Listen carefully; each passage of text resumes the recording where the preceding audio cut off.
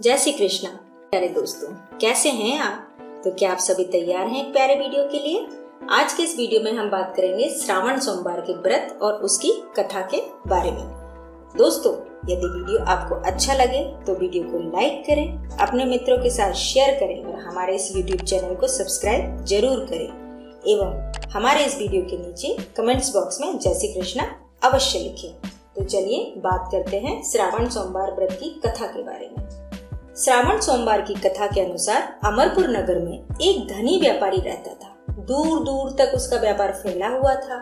नगर में उस व्यापारी का सभी लोग मान सम्मान करते थे। इतना सब कुछ होने के पर भी वह व्यापारी अंदर से बहुत दुखी था, क्योंकि उस व्यापारी का कोई पुत्र नहीं था। दिन रात उसे एक ही चिंता सताती रहती थी कि उसकी मृत्यु के बाद उसके इतने बड़े व्यापार और धन संपत्ति को कौन संभालेगा। पुत्र पाने की इच्छा से वह व्यापारी प्रति सोमवार भगवान शिव की व्रत पूजा किया करता था।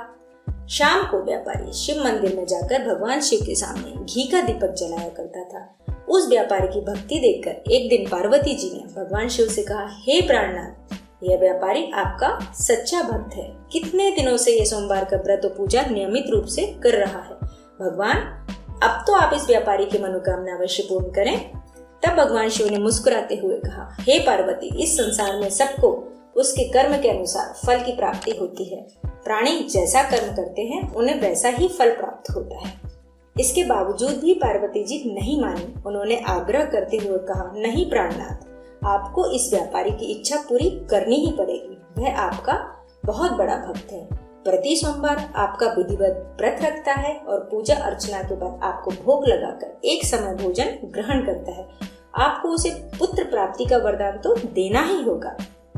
पार्वती जी का इतना आग्रह देखकर भगवान शिव ने कहा, तुम्हारे आग्रह पर मैं इस व्यापारी को पुत्र प्राप्ति का वरदान देता हूँ, लेकिन इसका पुत्र 16 वर्ष से अधिक जीवित नहीं रहेगा। उसी रात भगवान शिव ने स्वप्न में उस व्यापारी को सुदर्शन देकर उसे पुत्र प्राप्ति का वरदान दिया और उसके पुत्र के 16 वर्ष तक जीवित रहने की बात भी बताई। भगवान के वरदान से व्यापारी को खुशी तो हुई, लेकिन पुत्र की अल्पायु की चिंता से उस खुशी को नष्ट हो गया। व्यापारी पहले की तरह सोमवार का विधिवत व्रत करता रहा। कुछ महीने पश्चात उसके घर अति सुंदर पुत्र उत्पन्न हुआ। पुत्र जन्म से व्यापारी के घर में खुशियां भर गई। बहुत धूमधाम से पुत्र जन्म का समारोह मनाया गया। व्यापारी को पुत्र जन्म की अधिक खुशी नहीं हुई, क्योंकि उसे पुत्र की अल्प आयु के रहस्य का पता था। यह रहस्य घर में किसी को भी मालूम नहीं था। विद्वान ब्राह्मणों ने उस पुत्र का नाम अमर रखा। जब अमर 12 वर्ष का हुआ तो शिक्षा के लिए उसे वाराणसी भेजने का निश्चय किया। व्यापारी ने अमर के मामा दीपचंद को बुलाया और कहा कि अमर को शिक्षा प्राप्त करने के लिए वाराणसी छोड़ आओ। अमर अपने मामा के साथ शिक्षा प्राप्त करने के लिए चल दिया। रास्ते में जहाँ भी अमर और दीपचंद रात्रि विश्राम के लिए ठहरते, वहीं यज्ञ करते और ब्राह्मणों को भोजन कराते थे। लंबी यात्रा के बाद अमर और दीपचंद एक नगर में पहुंचे। उस नगर के राजा की कन्या के विवाह की खुशी में पूरे नगर को सजाया गया था। निश्चित समय पर बारात आ गई, लेकिन वर का पिता अपने बेटे के एक आंख से काने होने के कारण बहुत चिंतित था। उसे इस बात का भय सता रहा था कि राजा को इस बात का पता चलने पर वह कहीं विवाह से इनकार ना कर दे, उससे उसकी बदनामी होगी। वर के पिता ने अमर को देखा तो उसके मस्तिष्क में एक विचार आया। उसने सोचा, क्यों ना इस लड़के को दूल्हा बनाकर राजकुमारी से विवाह करा दूं। विवाह के बाद इसको धन देकर विदा कर दूंगा और राजकुमारी को अपने नगर में लेकर आ जाऊंगा। वर के पिता ने इसी संबंध में अमर और दीपचंद से बात करी। दीपचंद ने धन मिलने के लालच में वर के पिता से बात स्वीकार कर ली। अमर को दूल्हे के वस्त्र पहनाकर राजकुमारी चंद्रिका से विवाह करा दिया। राजा ने बहुत सा धन देकर राजकुमारी को विदा किया। अमर जब लौट रहा था तो सच नहीं छिपा सका। उसने राजकुमारी की ओढ़नी पर लिख दिया, राजकुमारी चंद्रिका, तुम्हारा विवाह तो मेरे साथ हुआ है। मैं तो वाराणसी में शिक्षा प्राप्त करने जा रहा हूँ। अब तुम्हें जिस नवयुवक की पत्नी बनना पड़ेगा वह काना है। तब राजकुमारी ने अपनी ओढ़नी पर लिखा हुआ पढ़ा तो उसने काने लड़के के साथ जाने से इनकार कर दिया। राजा ने सब बातें जानकर राजकुमारी को महल में रख दिया। उधर अमर अपने मामा दीपचंद के साथ वाराणसी पहुंच गया। अमर ने गुरुकुल में पढ़ना शुरू कर दिया। जब अमर की आयु 16 वर्ष पूरी हुई तो उसने एक यज्ञ किया। यज्ञ की समाप्ति पर ब्राह्मणों को भोजन कराया, खूब अन्न वस्त्र दान दिए। रात को अमर अपने शयन कक्ष में सो गया।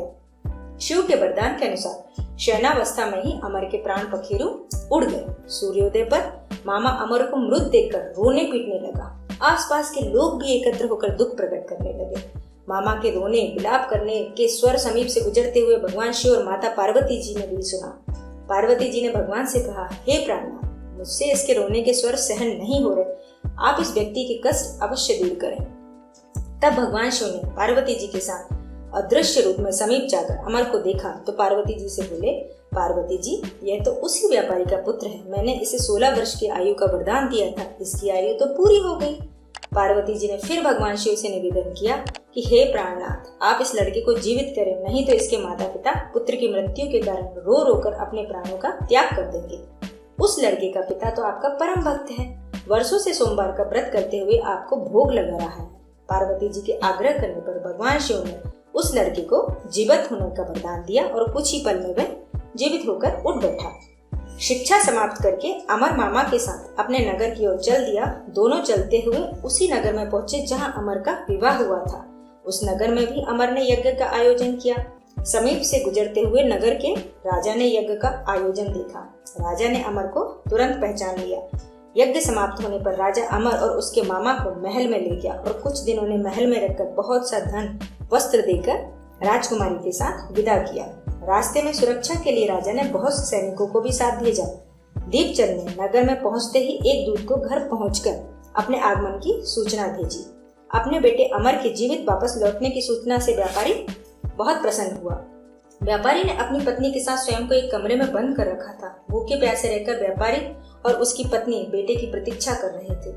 उन्होंने प्रतिज्ञा कर रखी थी, यदि उन्हें अपने बेटे की मृत्यु का समाचार मिला तो दोनों अपने प्राण त्याग देंगे। व्यापारी अपनी पत्नी और मित्रों के साथ नगर के द्वार पर पहुंचा। अपने बेटे का विवाह का समाचार सुनकर पुत्र वधू राजकुमारी चंद्रिका को देखकर उसकी खुशी का ठिकाना ना रहा। उसी रात भगवान शिव ने व्यापारी के स्वप्न में आकर कहा, हे श्रेष्ठी, मैंने तेरे सोमवार के व्रत करने और व्रत कथा सुनने से प्रसन्न होकर तेरे पुत्र को लंबी आयु प्रदान की है। व्यापारी बहुत प्रसन्न हुआ।